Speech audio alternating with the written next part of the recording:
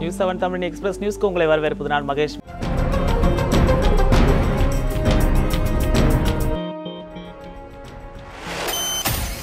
கட்சித்தாவல் தடை சட்டத்தின்படி எம்எல்ஏக்கள் அணிமாற முடியாது என்பதால் கூவத்தூரில் பணபேரம் நடைபெறவில்லை என மக்களவை துணை சபாநாயகர் தம்பிதுரை தெரிவித்துள்ளார். ஆளுநர் வித்யாசாகர் ராவை கிண்டியில் உள்ள அவரது இல்லத்தில் சந்தித்த பிறகு செய்தியாளர்களை சந்தித்த தம்பிதுரை இவ்வாறு கூறினார். அதிமுக ஆட்சியை கலைக்க திமுகவினர் முயன்று வருவதாகவும் தான் முதல்வராக வர வேண்டும் என்ற ஸ்டாலினின் கனவு பழிக்காது என்றும் தம்பிதுரை தெரிவித்துள்ளார். கட்சித்தாவல் இந்த சட்டம் வந்த பிறகு எந்த எம்எல்ஏவும் கட்சி விட்டு செல்ல முடியாது. அங்கே பேரம் பேசுவதற்கு அங்கே ஒன்றும் கிடையாது. ஏனென்றால் கட்சியை விட்டு அவர்கள் எதிர் வாக்களித்தால் அவர்களுடைய விப்பு கொடுத்ததுக்கு எதிராக வாக்களித்தால் அவர்கள் பதவி பறிபோகும் என்பது அனைவருக்கும் தெரியும். ஆகவே அப்படி இருக்கும் பொழுது ஒரு சட்டமன்ற உறுப்பினருக்கு பணம் கொடுப்பது என்றால் இப்பொழுது நடக்காத காரியம், அது நடவாத ஒன்று. நடக்காதது நடந்ததாக ஒரு எதிர்க்கட்சியானது புகார் சொல்வது ஏற்றுக்கொள்ளதாக கிடையாது. நம்பிக்கை வாக்கெடுப்பில் வெற்றி பெற்று முதலமைச்சர் எடப்பாடி பழனிசாமி அரசு ஆட்சி அமைத்துள்ளதால் ஆட்சியை கவிழ்க்க முடியாது என்றும் 4 ஆண்டுகள் ஆட்சியை அதிமுக அரசு நிறைவு செய்யும் என்றும் அப்போது அவர் தெரிவித்தார்.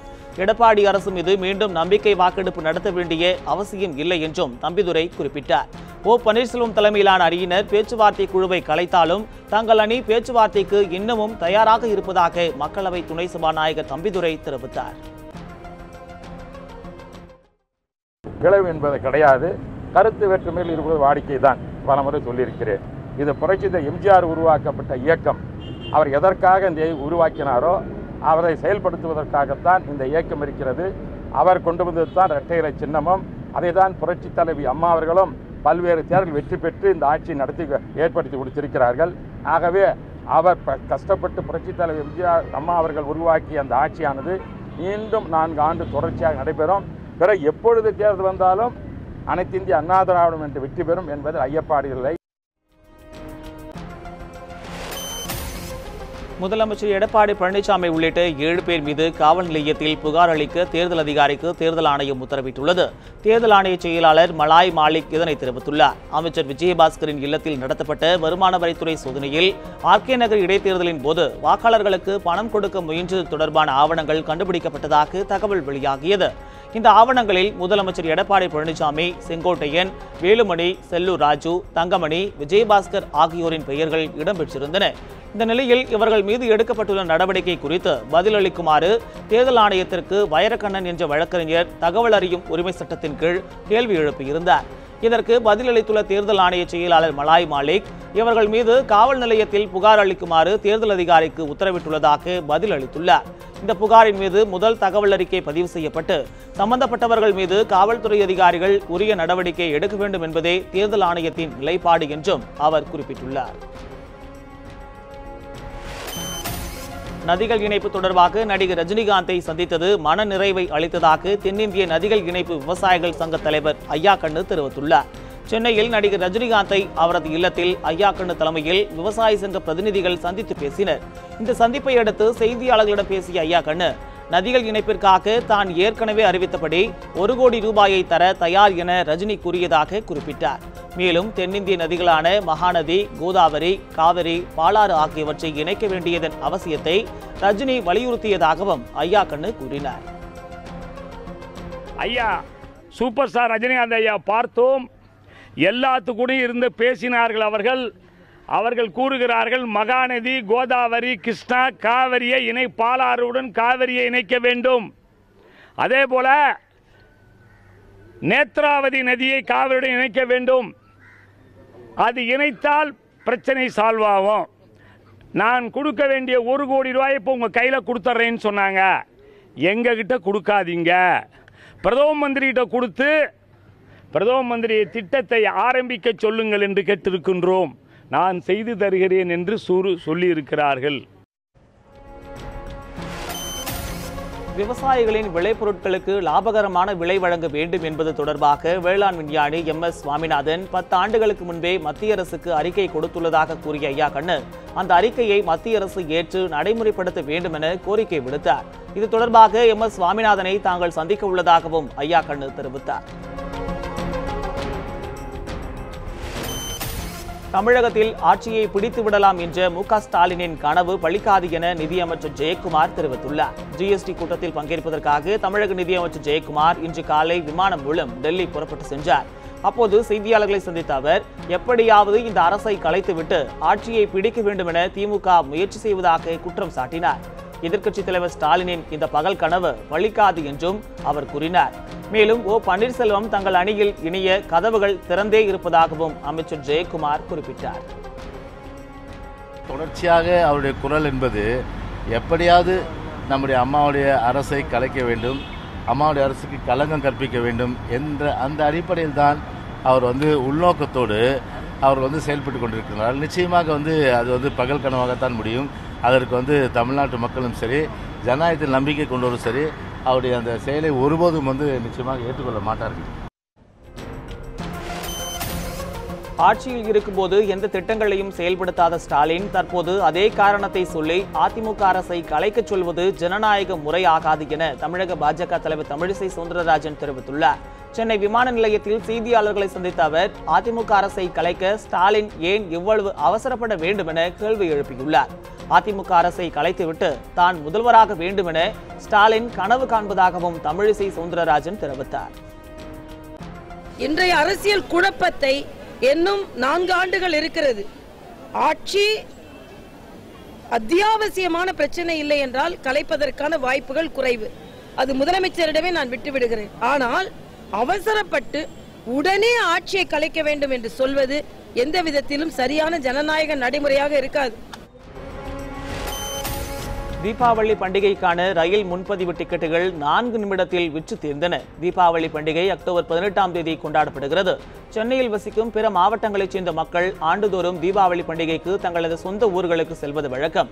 தற்போது ரயில் டிக்கெட் முன்பதிவுக்கான காலம் 120 நாட்களாக அதிகரிக்கப்பட்டிருப்பதன் காரணமாக தீபாவளி பண்டிகைக்கு ஒரு நாளுக்கு முந்தைய தினமான அக்டோபர் 16ஆம் தேதிக்கான டிக்கெட் முன்பதிவு இன்று தொடங்கியது. 4 முதல் 5 நிமிடங்களில் அனைத்து ரயில்களுக்குமான முன்பதிவு டிக்கெட்டுகளும் விற்று தீர்ந்தன. எனவே பயணிகள் கூடுதல் ரயில்களை இயக்க வேண்டும் என கோரிக்கை விடுத்துள்ளனர். அடிச்ச உடனே சுவிட்ச் வெயிட்டிங் அப்படிங்க, ஒரு டிக்கெட் கொடுக்க மறுபடியும் கால் வெயிட்டிங் அப்படிங்க. என்ன காரணம்னு தெரியல எங்களுக்கு. ஏன்னா இது எப்படி செய்தாங்கன்னு எங்களுக்கு தெரியல. ஏன்னா வெயிட்டிங்கில் அப்புறம் எங்களோட கோரிக்கை என்னன்னா, இது கூடுதல் ஒரு 4-5 ட்ரெயின் இந்த திருவிழா காலங்களாகட்டும், மற்ற காலங்களும் ஜென்ரலாக இந்த திருவிழா காலங்களாட்டும் கூட ஒரு 4-5 ட்ரெயின் விட்டா மக்களுக்கு எங்களை மாதிரி இங்கே தென்னை, அதாவது சவுத்துலேருந்து இருக்க எங்களை மாதிரி பப்ளிக்கு சிரமம் இல்லாமல் போகிறதுக்கு வசதியாக இருக்கும். தமிழக முதலமைச்சர் எடப்பாடி பழனிசாமி மற்றும் டிடிவி தினகரன் மீது வழக்கு பதிவு செய்ய தலைமை தேர்தல் ஆணையம் தேர்தல் அதிகாரிக்கு உத்தரவிட்டிருப்பது வரவேற்கத்தக்கது என்று முன்னாள் கல்வி அமைச்சரும் ஓ பன்னீர்செல்வம் அணியைச் சேர்ந்தவருமான மாஃபா பாண்டியராஜன் தெரிவித்துள்ளார். நெல்லையில் செய்தியாளர்களிடம் பேசிய அவர், பாஜகவின் கருவியாக தாங்கள் ஒருபோதும் இருக்கவில்லை என குறிப்பிட்டார்.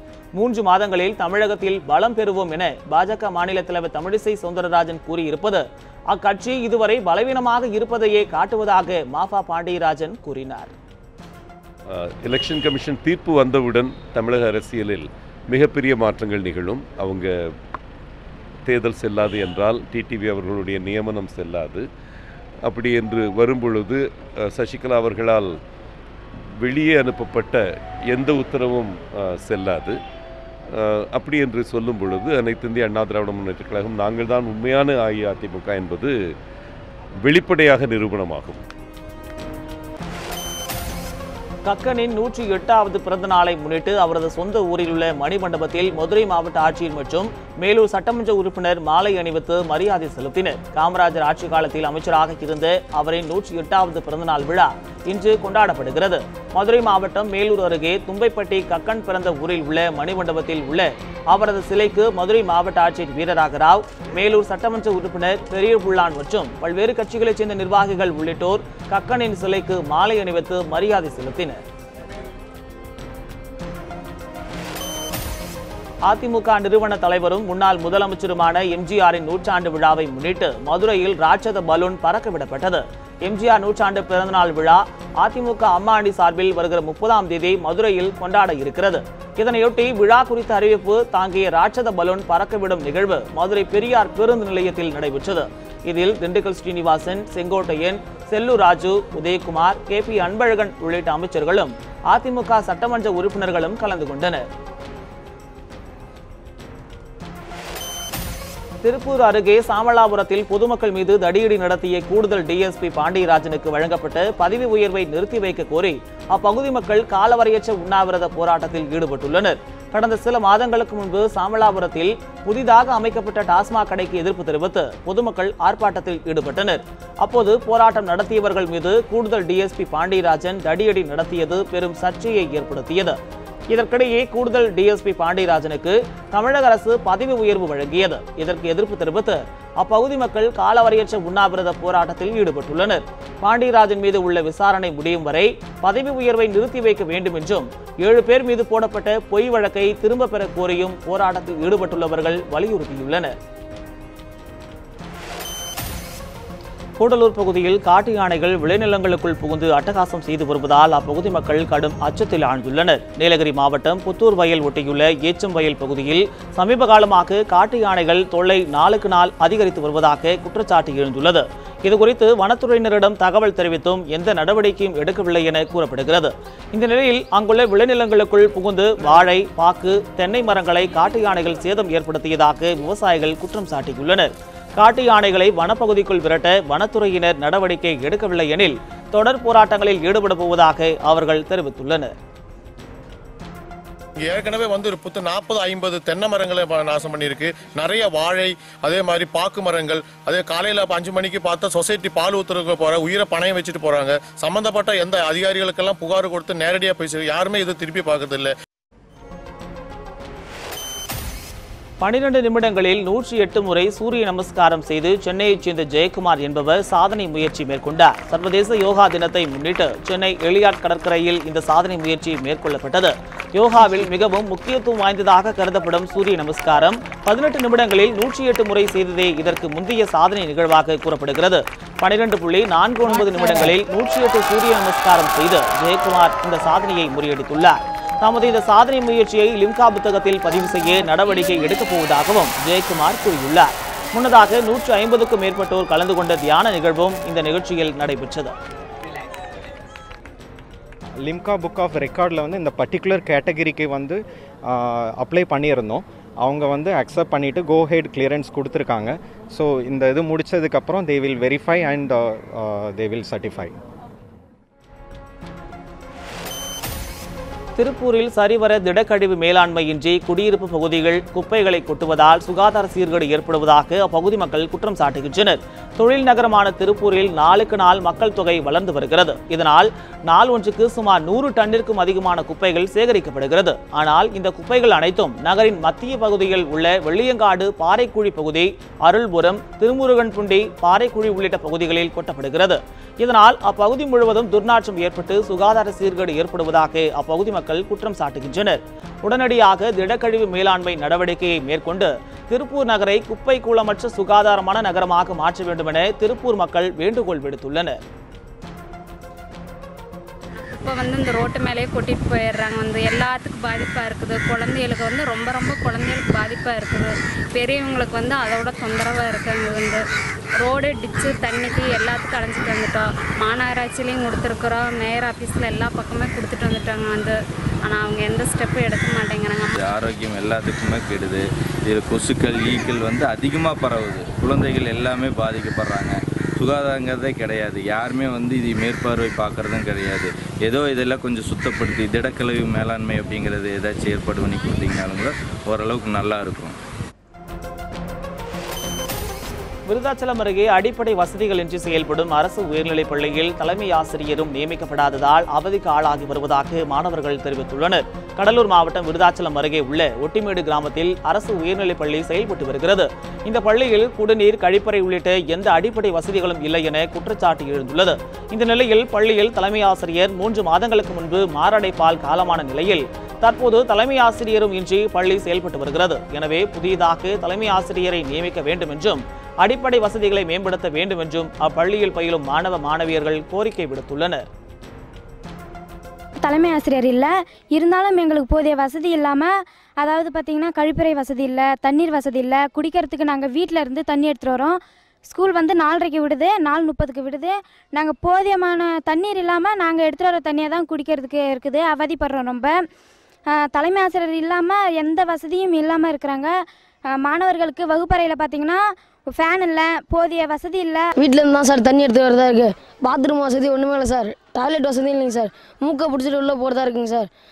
சாப்பிட்றதுக்கு வசதி இல்லைங்க சார். விளாட்றதுக்கு கிரவுண்ட் இல்லைங்க சார். நாங்கள் ரொம்ப அவதிப்படுறோம் சார். தேனி மக்களின் குடிநீருக்காக அனுப்பப்படும் நீரை விவசாயிகள் சட்டவிரோதமாக மின் மோட்டார் அமைத்து விவசாயத்திற்கு பயன்படுத்துவதாக குற்றச்சாட்டு எழுந்துள்ளது. முல்லைப்பெரியாறு அணையில் தற்போது 108 அடி அளவிற்கு மட்டுமே நீர் உள்ளது. இதனால் தேனி மக்களின் குடிநீருக்காக நாள் ஒன்றிற்கு 75 கன அடி மட்டுமே திறந்துவிடப்படுகிறது. இந்த குடிநீர் தேனி மக்களின் தேவையை பூர்த்தி செய்ய முடியாத நிலையில் தற்போது இந்த நீரையும் அப்பகுதி விவசாயிகள் சட்டவிரோதமாக மின் மோட்டார் வைத்து உறிஞ்சி விவசாயத்திற்கு பயன்படுத்துவதாக புகார் எழுந்துள்ளது. இதுகுறித்து பொதுப்பணித்துறை அதிகாரிகள் உடனடி நடவடிக்கை எடுக்க வேண்டும் என தேனி மற்றும் கம்பம் பகுதி பொதுமக்கள் வலியுறுத்தியுள்ளனர். பெரிய பெரிய கனரக மோட்டார்களை வச்சு தண்ணியை திருடி அடிவாரத்துகளில் போய் விவசாயம் பண்ணிட்டு இருக்காங்க.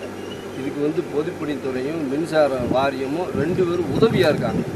இதை உடனடியாக அரசு தலையிட்டு இந்த மின் இணைப்பை துண்டித்து பொதுப்பணித்துறையை சேர்ந்து மோட்டார்களை உடனே அப்புறப்படுத்த வேண்டும்.